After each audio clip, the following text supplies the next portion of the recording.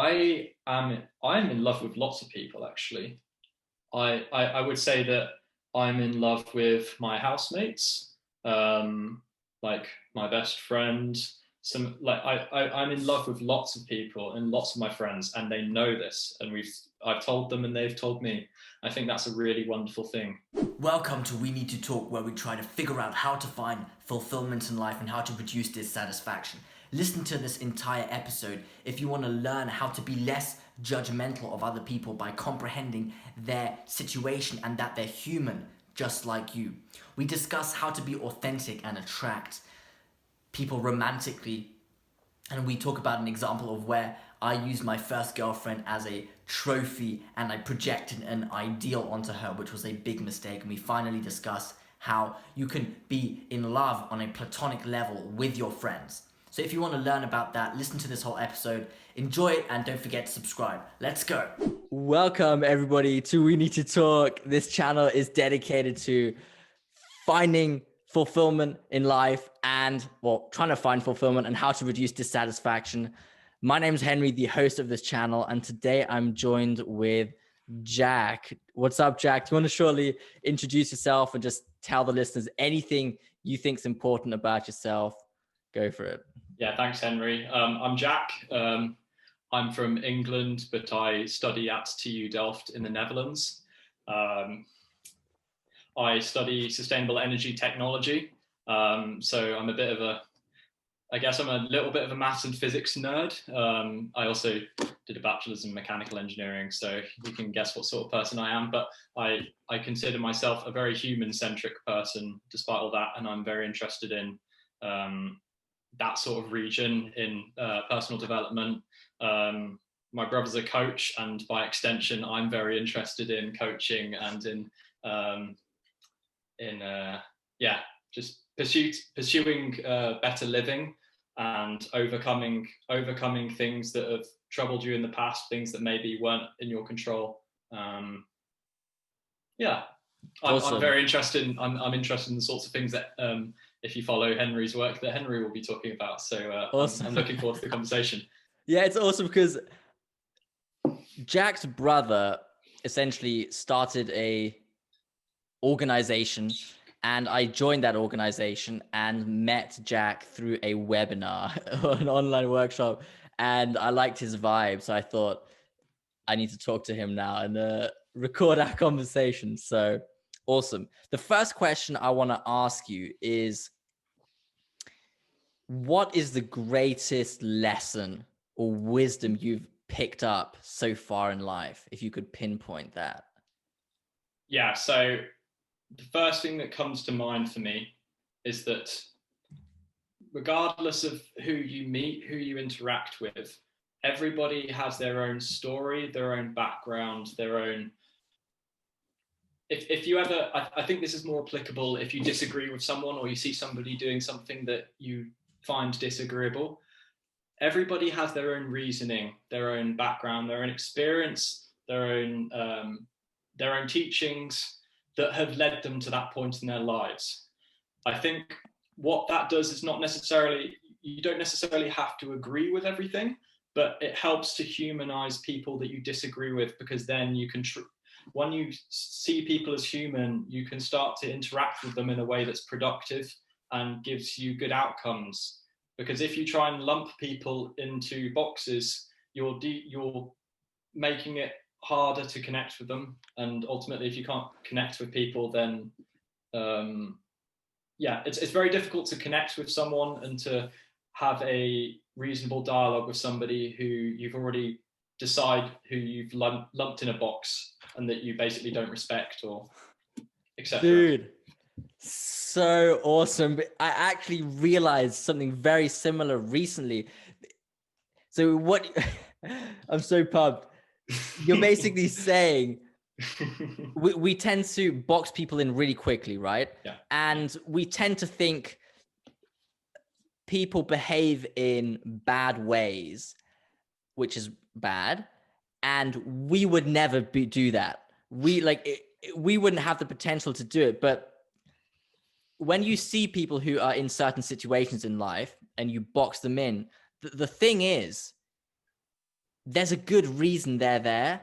Like, it's a human thing that they're there. It's just like you have the potential to be in the same spot, and it's like if you see people are dissatisfied or people are unhappy about certain things, like there's like a solid reason for it.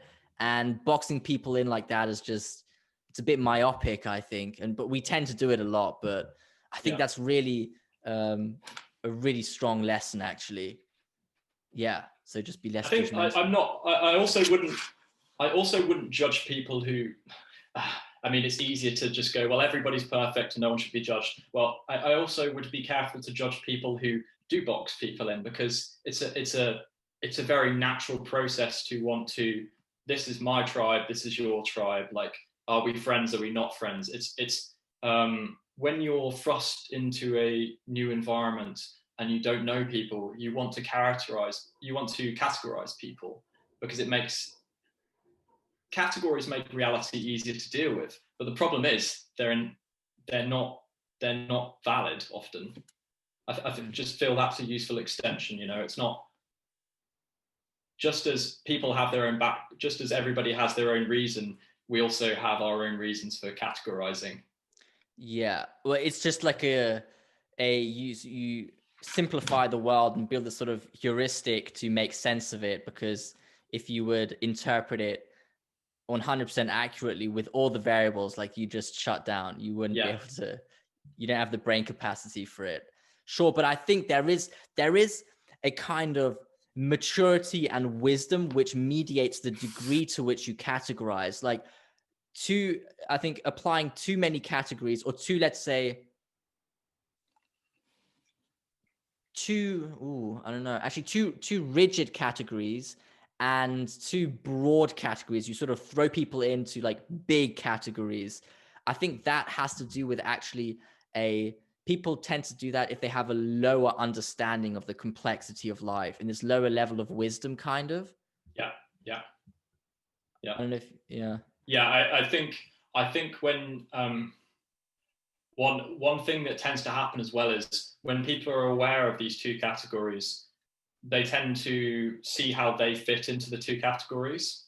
I think this is most obvious in politics. Like, you could have your left wing, your right wing. So if you ask me what party I supported, I could say a party, but it would be very difficult for me to say I agree with everything that they do, just as I might not disagree with everything the other party on the other side. And that's difficult for a lot of people, because it forces you to have an opinion about individual policies. So you've now expanded from this to, well, these. We're expanding the categories are getting big. They're getting more numerous, and I think that the more things that you decide to take a nuanced opinion of, the more energy consuming that can be, which I think is, I may be wandering away from the point. No. This is cool. It's like, well, it requires more processing. Yeah, And yeah, I think one thing a reason might be reluctant to sort of integrate these new categories into their map of reality is because their old map of reality would need to die first. They would need to admit that they were wrong about how it used to work. And that's so hard for people. I mean, speaking from my own experience also, it requires, that's what it is. It requires a kind of humility to let go of your previous perspectives on life and almost your identity also. You kind of need to let go of the way you thought the world worked. And that's the tricky part, I think. I think part of the problem as well is you're not letting go of that whole identity. You have to fuse. You have identity A, identity B. So you've got identity A being what you started with, identity B being, oh well, I made all these realizations, and then you've now got to form identity C, which is, some of these things were right, some of these things are right, and contradict those. What's contradicted? What's my opinion going forward? which is, I guess, a more surface level. You know, I think as someone I've never really had. Okay, maybe if you ask people in my life, they would tell me that I have an ego about certain things. But myself, I feel I'm very open to changing my mind, and I don't seem to have a strong ego. So I'm maybe not the best person to relate to, you know, resisting change because of your ego. I can see how that would be a barrier to changing your mind about things. Mm-hmm. How do you not have? How do you? Were you somebody who's always had, let's say, a fluid ego, I'll call it, or not a sort of stagnant, rigid, like this is me and everything outside of it, that's not me? Or like, how did you? Was it always like that, or how did you get there? I think the more often you're wrong, the more often you realize that having an ego is detrimental to you being wrong less often. So for me, there are things that I know, and there are things that I know that I don't know, and there are things that I'm not sure about. And I think when you're not sure about something, there's no point defending an opinion that you're not certain about. It's better to be open, to be willing to listen to the argument, and then being open to asking questions. I think if you can't, so for me, it's kind of, I think sometimes humility is forced upon you, because you can only embarrass yourself by pretending to know something so many times before. I think the healthier way to do it is is to choose to do it. But for me, I think for a long time it was I didn't really have a choice, because as we said earlier, there's only so many categories that you can comprehend before it becomes overwhelming. And when somebody from a different experience, somebody with a different background or a different experience comes along with their categories or their information that you maybe haven't got, it's difficult to argue with it. So you have to hold your opinion, you have to drop your opinions at the door and just go into it open, and then say, well, I've learned this is what this person thinks. Does this contradict anything here? You know? Yeah. Let's go into something more. I haven't talked to anybody about this actually yet on this podcast, but what is your advice to guys on how to attract women? What do you Okay. think? All right. I have notes, but I'm okay. Awesome. So assuming that you are able to be completely honest with yourself, and that assuming that you are authentic, and that the women you are engaging with are authentic, figure out what you want in a woman or a partner, male or female. It doesn't matter to me. Figure out what you want in a partner, and figure out what the sort of person that you might be attracted to would want in a partner. And then try and see where those worlds merge. So, for example, you might realize that the sorts of women that you're wanting to attract aren't actually the sorts of women that you might not be the sort of guy that the sorts of women you're trying to attract are looking for.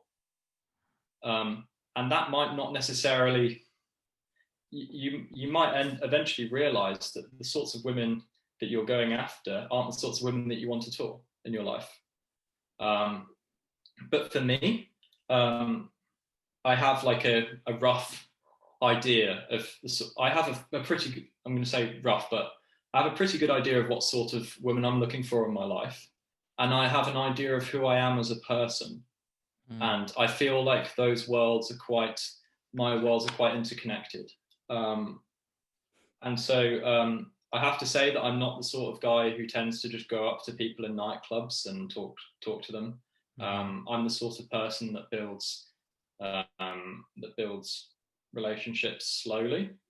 I get to know people as friends first, and then I don't go on dates specifically with people that I haven't met, I haven't done any internet dating.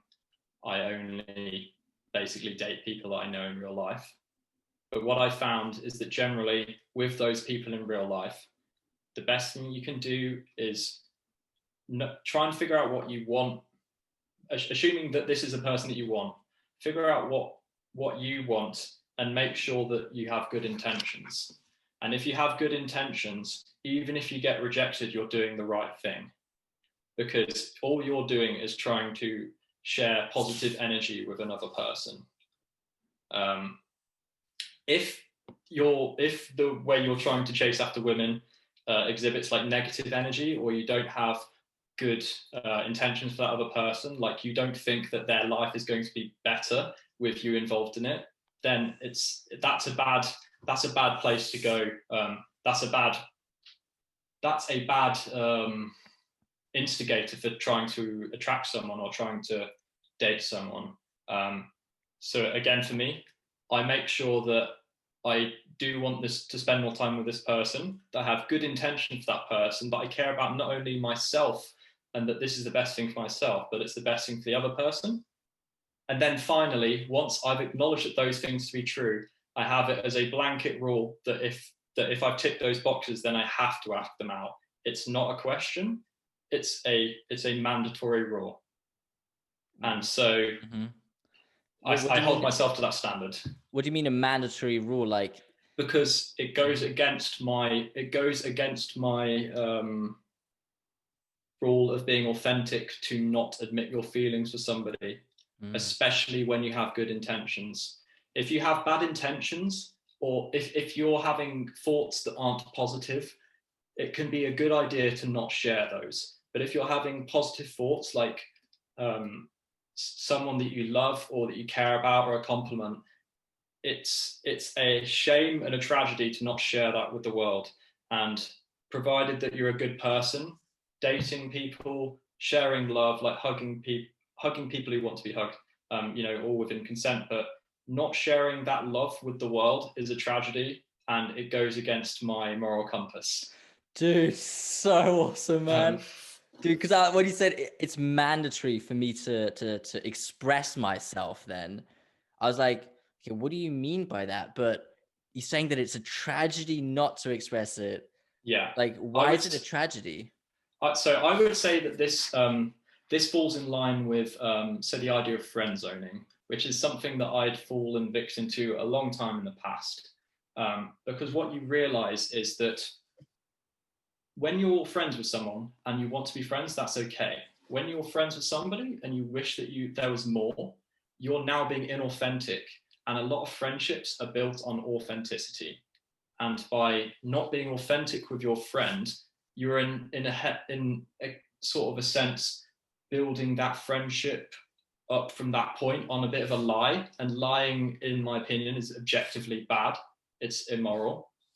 So that's when it becomes an obligation, because it's inauthentic, and you're building the relationship, the friendship on a false basis. So you're kind of deceiving this person to think that you're just friends when you're actually trying to sort of move to this sort of deeper level.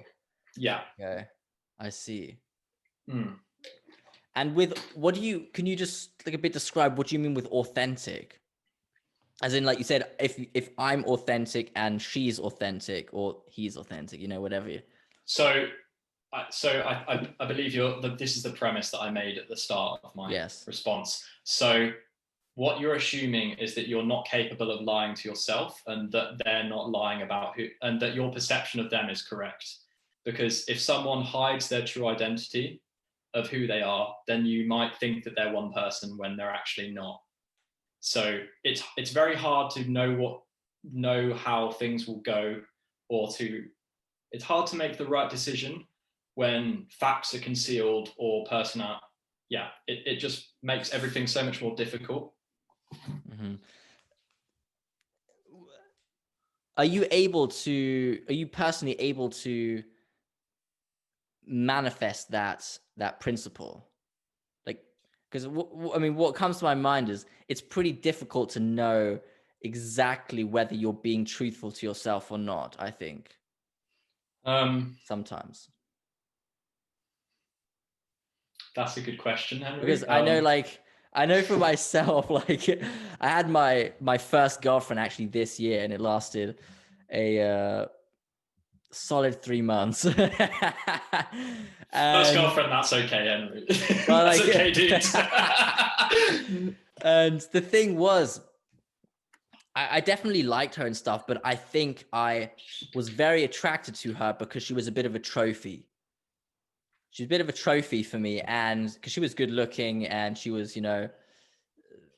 like a fairly strong personality. She was just like a solid, but I think I liked her for the wrong reasons. And I was not aware of that like whilst it was happening. And I consider myself to be a fairly self-reflective, honest, transparent person. And it was a solid wake-up call, that Yeah, experience. yeah. I mean, it's cool that you share that and that you're comfortable sharing that. I mean, I don't think you'd be the sort of person that you are if you weren't capable of picking yourself down to that level. I I guess when you were, I suppose I'm interviewing you here, but or asking you questions, but at no point when you asked her out or when you were spending time with her, it didn't occur to you that any of these things were true. That you just assumed until you came to the realization, or that until it ended, you didn't actually. This didn't occur to you. Like you just thought, I enjoy spending time with this person. I care about this person. I'm interested. They're interested in me. Like, Yeah, like I mean, I would say we did vibe. I mean, she was cool. We had fun. I mean, like we laughed and stuff. So, but in the end, I think I had projected an ideal. Like, I don't know if do you know what the anima is? Have you heard of that from like Jungian um, psychology? no, I'm happy Okay, for no. you. I'm happy for you to explain it. But I know Uh, exactly what you mean when you say you projected something onto yeah, someone. I know that's exactly. I know. okay.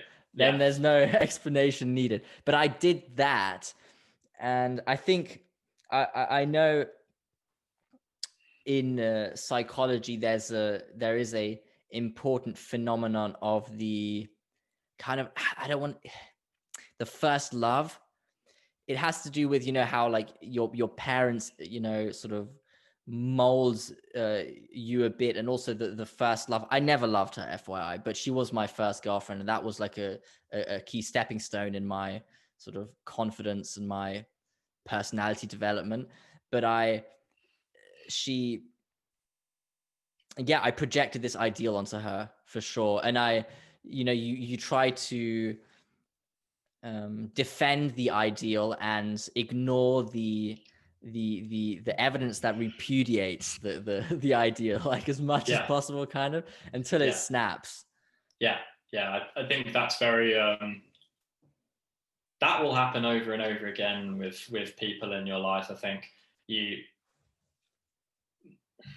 It can be possible to love someone, but still to, or it could be possible to genuinely love someone and genuinely like someone, and still be deceiving yourself in some way about what sort of person they are in order to make it easier for you to not have doubts.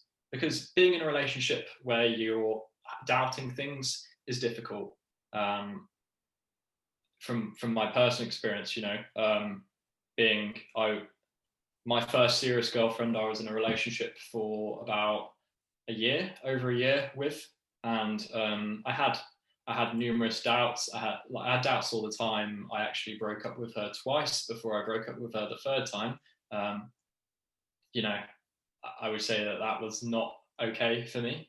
But then, you know, we could have stayed together, but what I mean that in, I don't think it's okay to go back and forth. I think it's better to make a decision and to stick with it. Sometimes, breaking up with someone 3 times isn't something that you should go about doing.